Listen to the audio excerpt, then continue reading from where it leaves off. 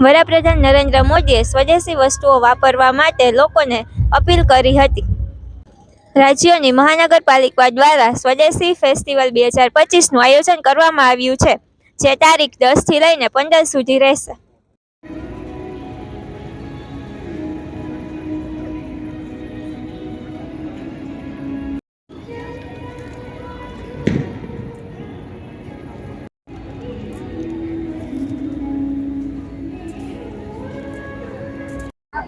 સ્વદેશી વસ્તુઓના ફેસ્ટિવલમાં સ્ટોર ઓનરના ડોટર આપણી સાથે ઉપસ્થિત છે, તો આપણે તેમની સાથે વાત કરીએ। મારું નામ શૈલજા રાવલ છે।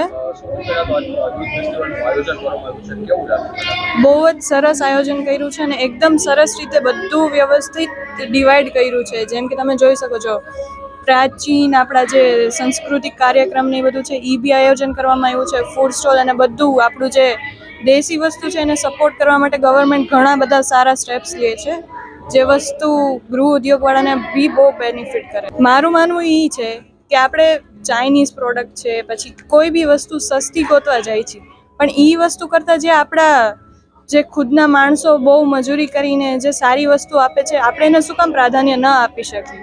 જે વસ્તુ આપણે વર્ષો જૂની હતી એ વસ્તુ ભૂલીને આપણે હવે નવી વસ્તુ તરફ જાય છે, અને પાછું હવે લોકોમાં એટલી જાગૃતતા આવી ગઈ છે કે એ બધી વસ્તુ જૂની વસ્તુ તરફ વળે છે।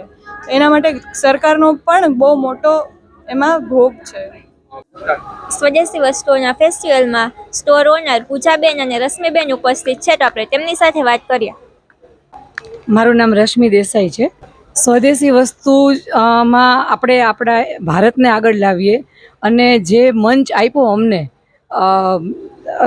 નરેન્દ્ર મોદી સાહેબે, ખરેખર અમે એનાથી બહુ ખુશ છીએ અને આપણી સ્વદેશી વસ્તુને જ આપણે પ્રમોટ કરવી જોઈએ। બસ એના માટે આપણે લોકોને એ કહેવાનું છે, ડિફરન્સ સમજાવવાનો છે કે આપણા પૈસા છે એ આપણા ભારતમાં જ રહે, અને એના માટે જેટલો પ્રયત્ન આપણે કરી શકીએ એટલો ખરેખર દરેક નાગરિકે કરવો જોઈએ। ઘર વપરાશની પ્રોડક્ટની વાત કરીએ તો અત્યારે બહુ બધી એમએનસીસ આવી ગઈ છે, તો એની સામે હવે આપણા ભારતમાં જ ઇવન એટલું એવું પણ કહી શકાય કે આપણા ઘર આંગણે જ એવી બધી વસ્તુઓનું પ્રોડક્શન થવા માંડ્યું છે કે જેનું જે સ્ટાન્ડર્ડ છે એ ઇન્ટરનેશનલ લેવલનું છે।